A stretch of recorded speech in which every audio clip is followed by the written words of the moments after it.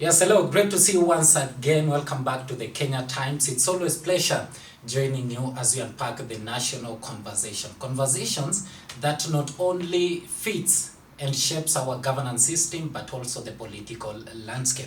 I'm your host, Nixon Jau, and today I'm delighted to have Justina Wamae. Karibu sana. Asante Nixon. Welcome to the Kenya Times. Thank you for having me. It's Yes. always a pleasure. I love the way you're doing your job on social media. You've really grown.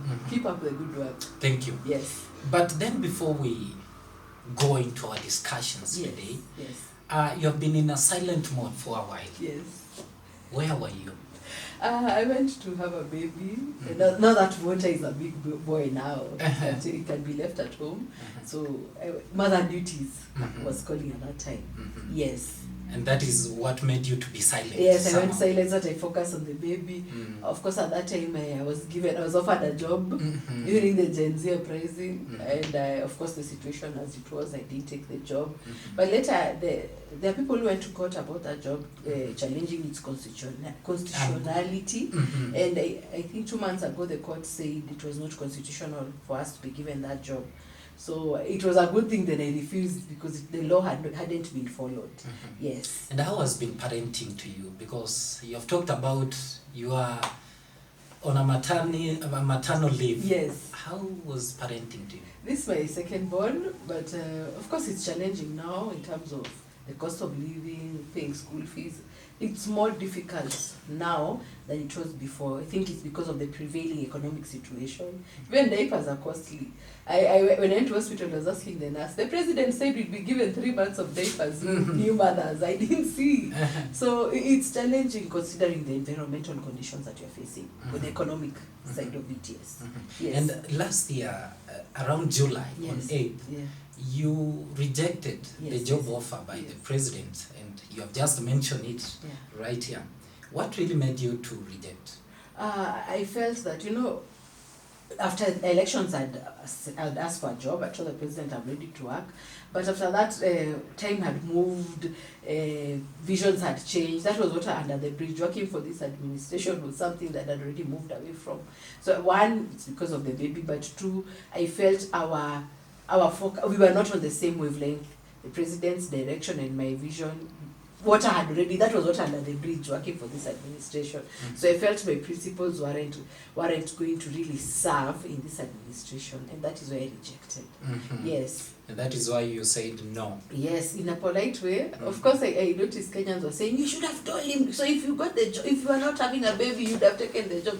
But I want to tell Kenyans that in as much as you have an issue with the current office holder, just respect the office. And that is where I responded in a respectful way. Because one day I'll be the one who is sitting there. We don't know. I wouldn't want a case of, which I feel is what the president is going through now. I wouldn't want a case of karma. And Nixon, when I look at the way the President Uhuru was bitter when Deputy President Ruto was moving around, even when he was talking about Tanga, he looked bitter and angry because he felt his deputy was not supporting him. It's not the same case. The current President Ruto is going through the same.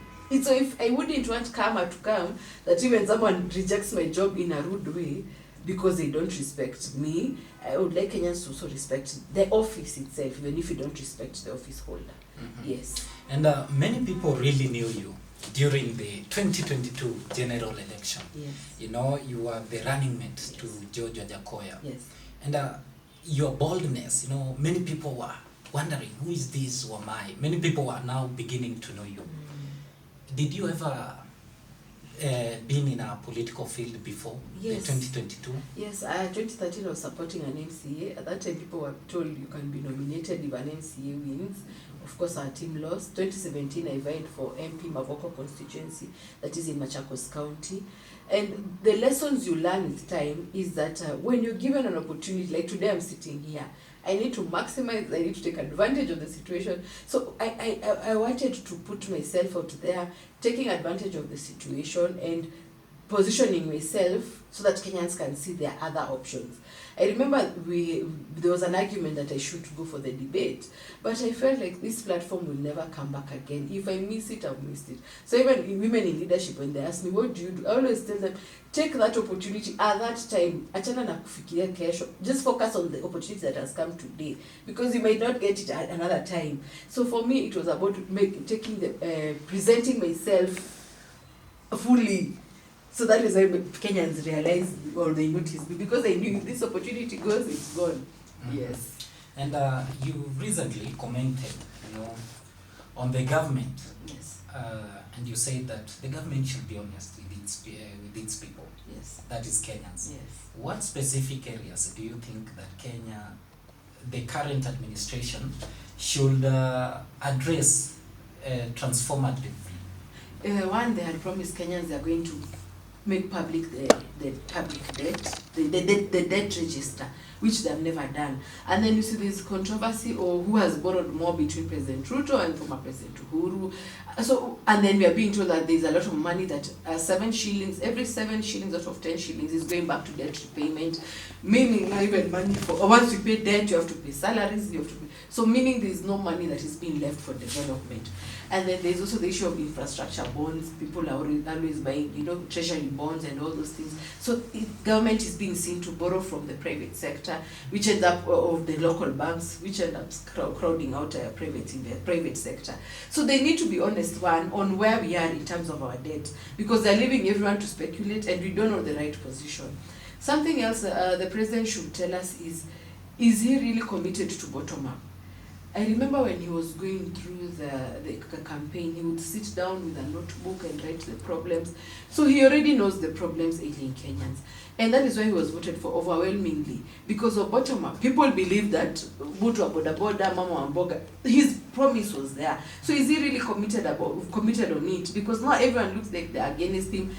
Where did he should come back and tell us, or rather he should reflect on where he lost the people. So those are the issues I'm thinking they should change. Another thing is, why should World Bank or IMF tell us that the economy is growing when Kipra and Kenya National Bureau of Statistics are telling us different figures? Where are those people telling us? We are the ones who should be saying our economy is growing, because now when I'm paying school fees, I can afford to pay school fees without the teacher writing or the headmistress reminding us to pay. I can afford to fuel my car. Right now when you put 1,000 shillings, it's less than 5 liters, because considering the cost of fuel. So they need to be honest with themselves and come to the ground and understand that we are not angry with them. We are only angry because the economy is not working for us. And it's not that it's an issue of a tribe. No, it's an issue of all Kenyans are saying, we feel that this economy is not working for us. So those are the 3 factors I think they need to be honest and transparent to Kenyans. Mm-hmm. Yes. And as a founder of, in a Tuhusu movement, yes, you really advocated for women's in leadership. Yes. And you really advocate for women to be in leadership positions.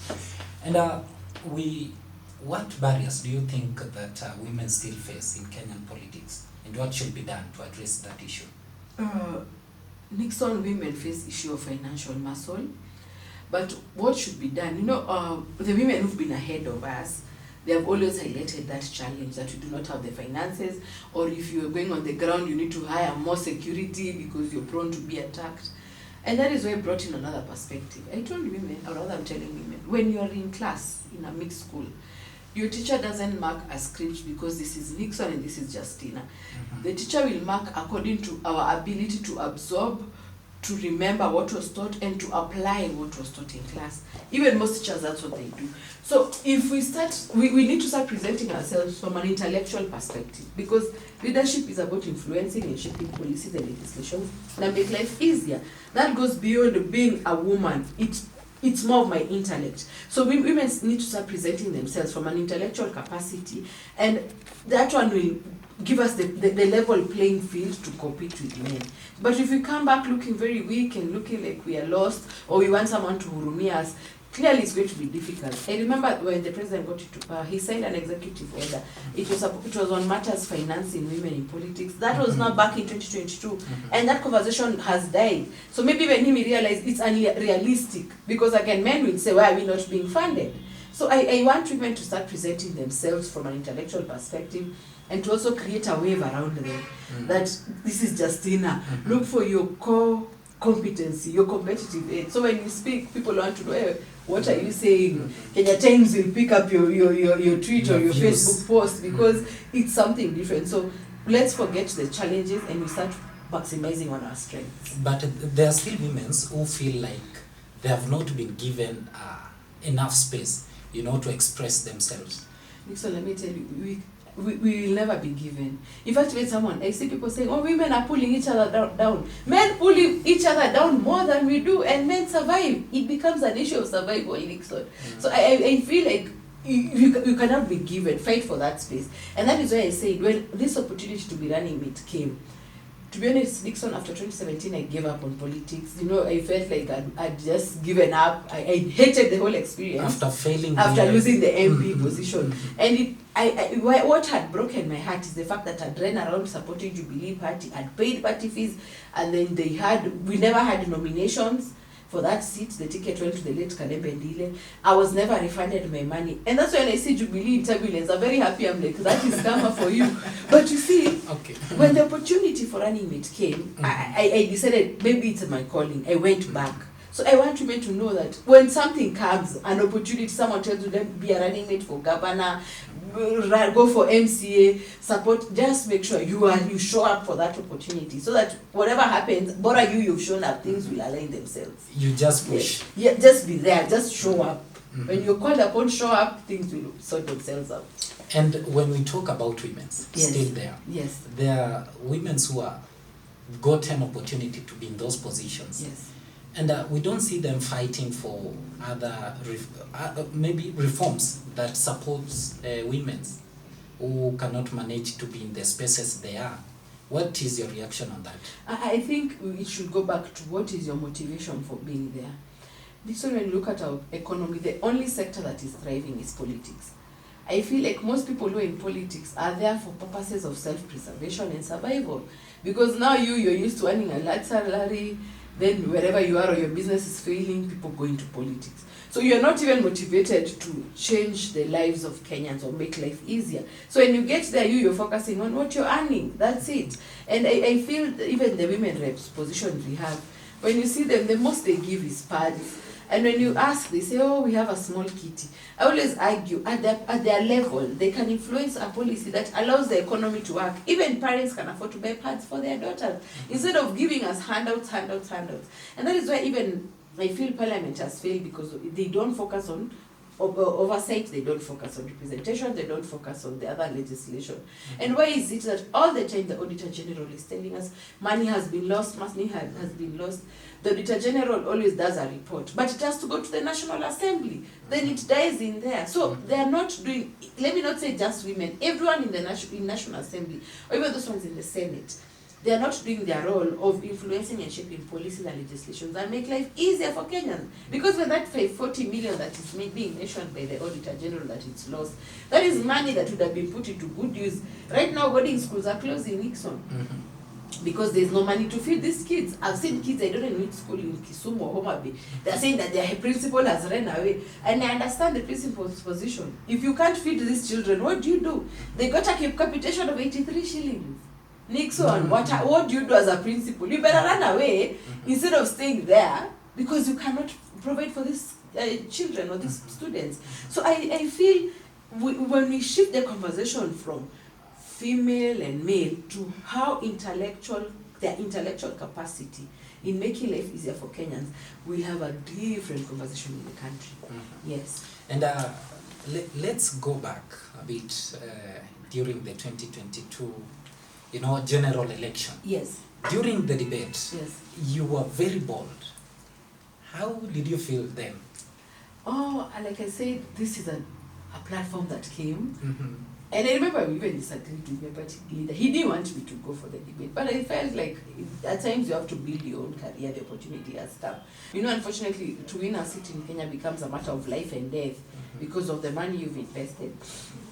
So if the economy is working, Nixon, not many people will be attracted to come to that, the issue of demand and supply. Only those who are called to lead or to change the country will vie. Number two, the women should also, the voters should also realize that these positions are not, even if I win a seat and you are my supporter and you're my goon, so to speak, after we are done, maybe I'll just pay you what we had agreed and then I move away. So you as a goon, you need to ask yourself, how am I benefiting for the next 5 years by having this person? So it is only fair that you let everyone explain their position, what they stand for, what their vision is. So it's when the voter moves away from it's a matter of life and death, my tribe is here. No, it is about how are you benefiting you as a voter. So it's about voters even allowing everyone to just come, mtu anauza sera yake, and then you're left with the decision, because at the end of it, the decision is yours. So even when you attack these women on the ground, you're being unfair to yourself, because you refuse to listen to different views. So one, the economy must work to remove everyone who is not called to. The voters should allow everyone to auze sera zake. Then you choose the right view that you feel is beneficial. And I want to remind voters that politicians always maximize on votes. That is why maybe we're being told Mama Mboga, Mutu wa Boda Boda. That is why Raila Odinga was talking about the 6,000 shillings. That is why our team was talking about the industrial hemp. Because as you want to maximize on votes, that is why you even see some politicians saying that this tribe is the reason why we are having issues. Because their work, what they capitalize or maximize on is votes. But you as a voter, you're supposed to maximize on the utility or the benefit of having Nixon as your MP. What is Nixon proposing that will ensure that I can get a job, I can sell my milk, I can buy animal feed cheaply? When you look at what Nixon is proposing, then you weigh who has more benefit or who has more utility.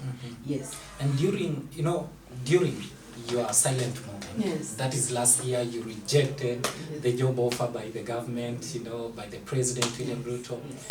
There was things happening. That is where we saw the Jenzi movement. What do you have to say concerning the Jenzi movement to that? Nixon, there's a time when I was doing my master's, I think I was the youngest. That was around 2013. And I remember all my classmates were elderly and they were working. And one day I told my lecturer that I feel like this unemployment thing will come and blow up. Because at that time I was also struggling to get a job. So what we are seeing now is a culmination of the ticking time bomb has blown up, because now we have a bigger majority or a bigger population or a larger population that doesn't have jobs, and they're saying we've gone to school as we were told to go to school to some. Na sasa hatujapata kazi.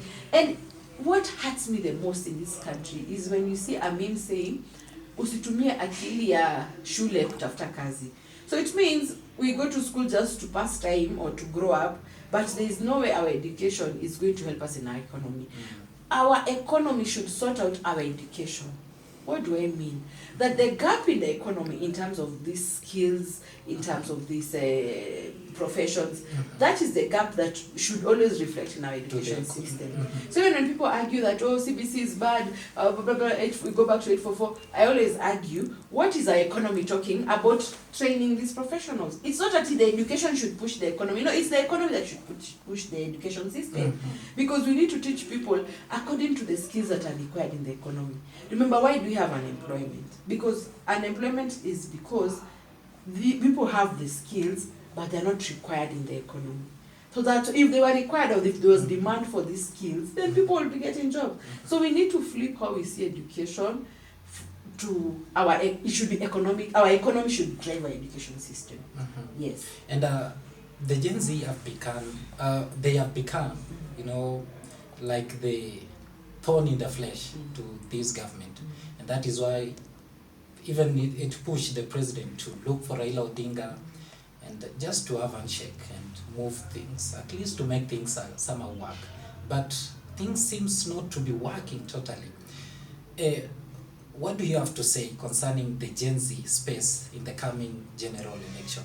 What is their role? The president lost the opportunity to showcase his bottom up. In fact, even it wasn't about getting former Prime Minister Raila Odinga. It was about, remember, even these Genzis last year, in as much as people are saying, oh, actually, this we the people, hemp people are coming to steal Genzi, to remove the Genzi vote from President William Ruto's campaign.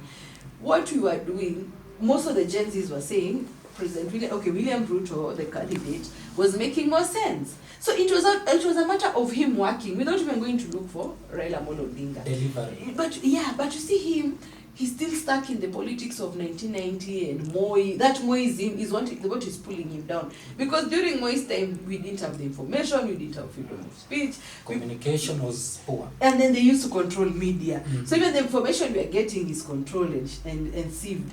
So what he would have done is just deliver on his bottom up. Because many people say the manifesto was good. It was about him creating opportunities for these Gen Zs. But something I tell Gen Zs, when they keep on saying, oh, I am leaderless, we are partyless, we are formless, it gets skewed. Though I get their strategy, they are saying, oh, when we say we have a leader, they end up being compromised. Mm-hmm. But one thing I want to insist, they need to when IEBC says that you are registering for votes, and I don't know that IEBC is still working on boundary delimitation, mm-hmm. because again, we have to register. Mm-hmm. When they do that. They need to register as voters. And it's not just registering as voters. They need to identify with political parties that are also, they feel that their voice will be heard. And they also have to volunteer as party agents, mm-hmm. so that they protect the vote. So it is not enough to say we are going to State House to remove President William Ruto. Mm-hmm. It becomes an issue of loss of life.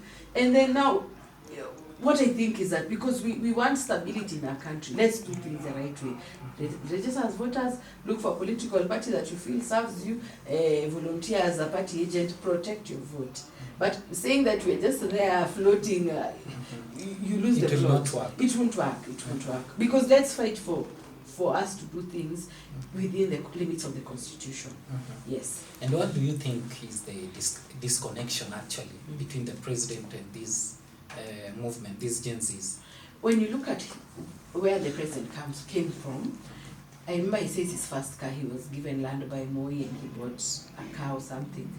Now this time, there is no space for him to do that. Remember, the larger population is unemployed. So if it's doing what Moi did for him, then you don't know whether he'll be able to satisfy. So the disconnect is that he's still stuck in that old mentality. What he should have been doing is making the economy work so that people are absorbed into the economy and people are busy. Nixon, the moment Kenyans are busy, you will not see someone going to destroy someone's property. Ati unaenda kuchoma duka ya mtu, unachoma gari za mtu. You also have a car. So when we make, the essence of it all is making Kenyans have something to lose. If I feel I'm going to ban this curtain, I also have my curtain that can be banned. So what do? I have to protect my neighbor's curtain so that yangu isichomwe. And that comes by increasing the participatory rate of Kenyans. So his disconnect is that he's thinking that hiyo maisha we are not there. These people are saying it doesn't matter whether it's a Kikuyu or who. What matters is how am I benefiting? What is my utility when you're in that position? And remember, these people earn large salaries, and it is assumed in that triangle of decision making at that level there. And the people is the executive and the legislature.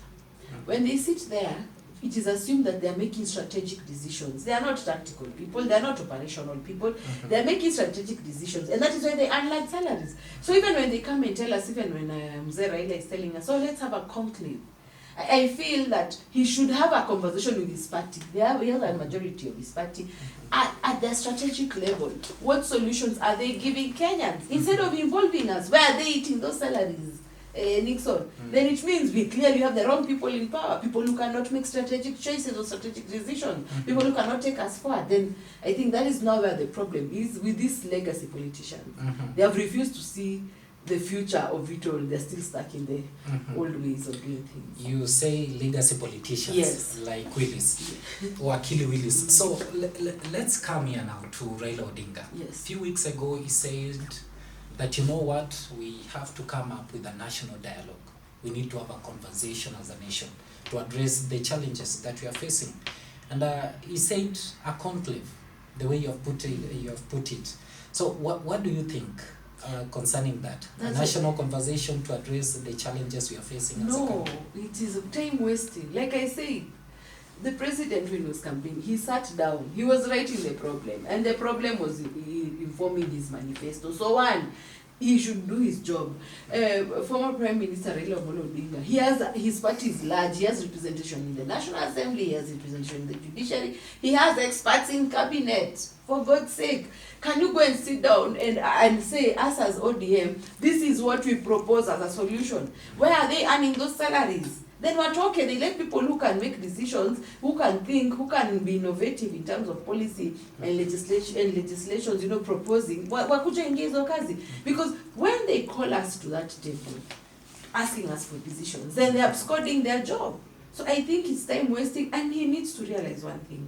When it was an issue of multi-party politics, that is something we could have discussed. But there is the issue that the economy is not working for Kenyans. It is doing your job. Look at business policies. Look at best practices. How should we prevent loss of misappropriation of funds?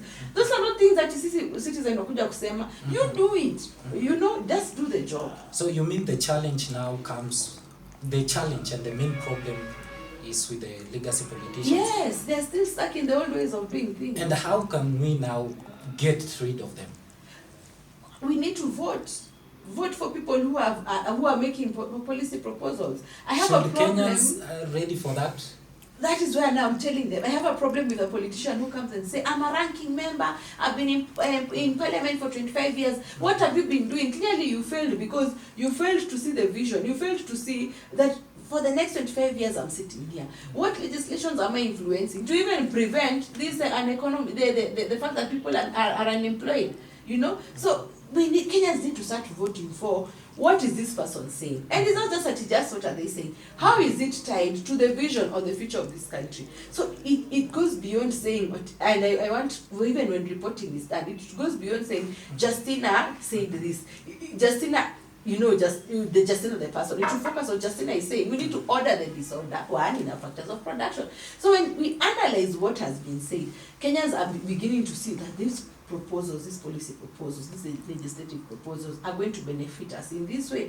But if we just say Justina, so okay, it is not enough to just say Justina. We need to say, okay, beyond her being there, what has she proposed? What is she saying? And that is not the tragedy, because unfortunately, you being the media looks out for the sound bite, you know, something that is juicy, and then maybe we lose out on the important facts, and then you see citizens get lost in all that. They don't know what someone is saying. Yes. Now, when you talk on that, there's also a point here that Wakili Willis was saying, you know, we were here with him, and he was saying now Kenyans are, you know, benefiting from the leaders they choose, they elected. So do you mean that now there is also a challenge with the leaders, with Kenyans, in terms of electing leaders? Yes. Kenyans, we won. Someone goes and asks, what is your tribe? So they don't have to say what you stand for. One, your tribe, ukona bibi. I don't know why I'm a bibi, are you married? I wonder how that ties into the conversation, because it is not about my reproductive parts. It's about what I'm saying, and it's my intellect. So even the voters, and I feel like maybe it's the fact that IBC is not given enough budget for civic education, so they want us to just be without knowing what we are doing. So even the voters do not know how to ask the right questions. And I think that is why the Jenzi were saying they'll hide their parents' IDs, I think, because they feel even, yes, because they feel like this older generation is failing them. So even the voters, true, they fail, because you can even see that they end up voting, what they vote for the wave, Suti. So the fact that, but I think they've learned. 2022 they voted for Suti, but then how are they benefiting? Kenyans are still complaining. So it's not even about Suti, it's about what is this person saying? Is it making sense? Because I even feel our National Assembly or Parliament is held hostage by the fact that there are two majority parties. We could do mix and match. Let the conversation be different. Let people have different proposals, so that at least Kenyans benefit out of not having these two parties will again come and merge, and then the National Assembly becomes, they said it becomes captured and it lacks a voice. Because even now when you look at politicians who are not aligned to government, they say that they can no longer even do anything. So they are earning a salary while doing nothing. Yes. We saw during the Maandamano, you know, several Jenzis were killed. And what reforms do you think that should be put in place to ensure that law enforcement agency also protect the protesters? One is that I feel when there's a police are notified, there'll be mandaman, and they don't say mandaman, they say peaceful demonstration, which is according to Article 37. And the police then should not come there, because when you look at most of the time of the demonstrations, before the police come, there's so much calm. But when the police come, it becomes an issue. So one, the police should not interfere as long as you've been given notice. Maybe the only way is if some people are misbehaving, but they should let it just flow. And I think even as a parent, sometimes you let your children mess so that they learn. So if you let them do their peaceful demonstration and they go hand over their petition to the relevant public office, maybe we can judge that, hey, these Genzis are peaceful or not, without police interfering. Something else I've always argued is I feel like the age of the police, when they're recruited at 18, they're still young. Nixon at 18 years, you don't know life, you're behaving, there you're in boarding. You're not matured enough. You're not matured, you're being bought for shopping, you're being bought for even innerwear, because you're still a child. So when you go for training, that 6 months, you come back, you have not yet adjusted to the realities of life. So I think they need to, the age should be adjusted to 25 years. At 25 years, you're more mature. Something else, I see how our training is done. You see there's Kiganjo, there's GSU and AP on Eastern Bypass, Utawala. I feel like they should all go through the same basic training, and then now you diversify. Do you want to be GSU, AP, or regular police? That one would also change how they act, because you see, they say that they have this combined, when they're coming for demonstration or riot control, they come as the three of them, different of them. So I feel like one team has been taught to do this, the other team, so they lack consistency on how they handle it. But the most important, Nixon, our economy must work. Our economy must give opportunity and must give you choice to choose what you want to do. When you look at many of these policemen and women in service, it's a case of Justina is now the president. And then my village mates will ask me, how are you helping us? The only thing I'll do is recruit people from my village to join the police force or the military. So one, it lacks professionalism. Because even the ones I'm bringing there, they will serve you. Yeah, they'll serve Justina. They'll be loyal to Justina. They're not there to maintain law and order. So if these ones had a choice that it's me, I don't want to be a policewoman or a policeman. I want to be a footballer. I want to be an artist. I want to be a musician. Now when the economy is working there, even my village mates won't really pressure me to hire people. So it goes back to, is the economy working? Giving Kenyans a choice, not just the opportunity, the choice to choose what you want to do. Because what we lack, if you even talk to Kenyans now, Nixon, someone doesn't want to be there. Even you don't love that position. You don't even love what you do. Even talk to Uber drivers. Some are rude because maybe they know I'm an engineer by profession, but now I have to do Uber, online taxi thing to survive. So our economy must make it possible for you to choose what you're doing. When the police come there because it's my calling, they'll follow the law. They will even be innovative on how you handle the police force. They'll come up with ideas within themselves. But if you pick them and it becomes a reward system, then they'll be serving the person who has got them there instead of them serving Kenyans. Yes. And protecting the country. That is not their priority. Their priority is to protect the person who got them that job.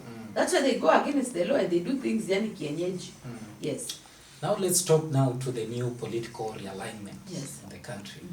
Many people and many viewers here watching us, they will want to know, where's Justina? Things are boiling nicely. We see the opposition, brigade, they are trying to align themselves regarding Gachagua, Kalonzo Musyoka. And on the other side, we see President Ruto and his team. Where is Justina? I want to remind Kenyans that we have now the government, those in government, we have those in opposition. Where is Justina? Justina is in the alternative. That is where I am. And if you look at even my posts, I always say this is the problem and I give a solution. What we have in opposition, they're just people who are just opposing everything. They're always saying one term, but they're not answering the question of, okay, what is your solution? So me, I'm not in any of those teams. I am in the side of alternative, giving Kenyans alternative views.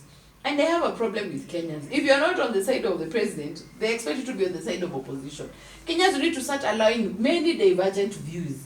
In fact, I don't know where this argument came from. Kenyans are saying that, that's a project. So that's a project, and then can you let everyone come in with their views, with their ideology, what they stand for? Let Kenyans choose. It doesn't matter, because when people say, oh, this one has been bought to spoil the votes, kura ziko kwa mfuko za Wakenya, hakuna mtu akona kura yake. So let everyone vie. You just listen to the proposals and you vote the way where you feel like you're going to get the utility or the benefit I talked about. So I am not going to align. I'm not seeing myself aligning with them. I mean, I'm not seeing myself aligning, because for me the vision is to push an alternative conversation apart from these old people. Let me just call them that. These old people. Yes. Yes. Are you going to form a political party? I might join one. There are so many. There are 90 in Kenya, so I might join one. Still looking around. Yes. Still looking around. Yeah, but one thing I'll tell Kenyans, please join political parties. Even running as an independent is a lot of work too. We've seen our independents have gone into National Assembly and they get lost. Their voices are lost. So let's make sure that who we vote for are people in political parties, because they'll be sending an ideology and they'll be standing for something, as opposed to having independent people. Yes. And maybe which position are you looking forward to vie? Nixon, let me see. Our viewers are really wanting to hear this. Let me from the horse's mouth. Today we're in 2025. Election is 2027. There is time. There's a lot of time. But what I tell you, I'm a small fish. If I talk early, these sharks will crush me papema. So allow me to just withhold the information for now. But when the time is right, you will see. I will say what position. Even I won't say, you will see me campaigning for that position. Yes. What are your ideologies, maybe? For me, I stand for a single issue ideology, which is economic democracy. I feel that is where we are still lagging behind. Our policies in economic democracy are rudimentary. When we look at when we are analyzing civilizations, we look at politics, we look at economy, we look at social. Those social and political, I feel we've really progressed, but the economy, no one is having a conversation, and that is where the problem is. Even when people say, oh, we'll have Justina Kikuyu there or whoever else, okay, it doesn't. People are saying, how am I benefiting? So I'm pushing the agenda of economic democracy, and that is my ideology. Yes. And what's your take on the youth to be in leadership positions? It is not enough to say just the youth. What the youth should come with beyond, what do you stand for? What are your solutions to the problems? Because we might have even a youth there, but look at the Nairobi governor. He's youthful, but people feel he's failed. So it's just beyond being young. What are your proposals to making Kenya better? Yes. Making Kenya better? Yes. And maybe as we even conclude, what do you have to say concerning the politics now, or the overall view of the political landscape in the country going forward? One, what I've seen as it is, Kenyans are just, you see, you bet in a choma uno, you bet imeungua. For them, this administration ni kama bet imeungua. Yani they are done, they're just saying, let's just wait for 2027, you guys go home. Something else I learned yesterday I was just seeing comments when former Prime Minister was being interviewed, and many Kenyans were saying, you'd see Kenyans were saying, go and rest. You've done your part, you've gotten us here. So there is opportunity for new conversations. There's opportunity for new conversations. There's opportunity for new policy and legislative proposals. Kenyans are looking for something new. And I think it's a good thing we are going through that process now, because now at 62 years, we need to start focusing on, we've survived 62 years, we need to start seeing how we thrive for the next 60 or 62 years. So Kenya is ripe for a shift in how we do our politics, in how we do our policy proposals, in how we do our legislation. Something else, Kenyans are keen about having leaders who just say, who don't say, oh, at leadership comes from God. Beyond leadership coming from God, do you have the brain to think?